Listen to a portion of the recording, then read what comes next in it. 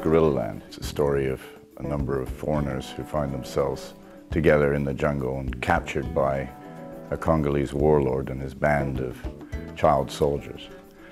They're taken further and further into the jungle while the UN pursue them.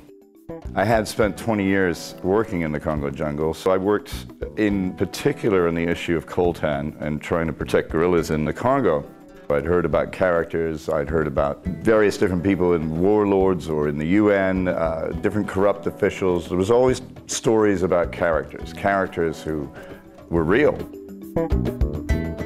Well, Gorillaland took me 5 years to write. The inspiration came when I took a filmmaking group into the jungle. I saw how people became more irritated as they traveled further and further through the jungle, and swarms of insects, and everything is damp all the time, never being able to dry anything.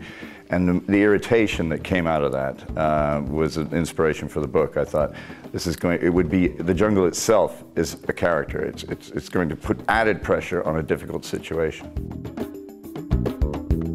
People have asked me, why is it called Gorillaland when there's no gorillas in it? I think what I wanted to convey with this title is that this is Gorillaland. This was the extent of the known universe where all primates, all of us came from. We are all African apes.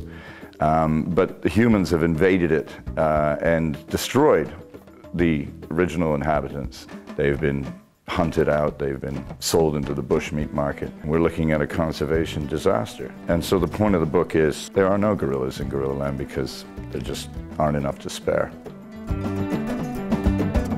One thing I hope the book achieves is to look at Africa and its problems in a sort of humorous light. It's not a humorous, I mean, there's some humorous moments in the book, but it's just not got those kid gloves on. It says, here are the issues. Yes, they're ugly.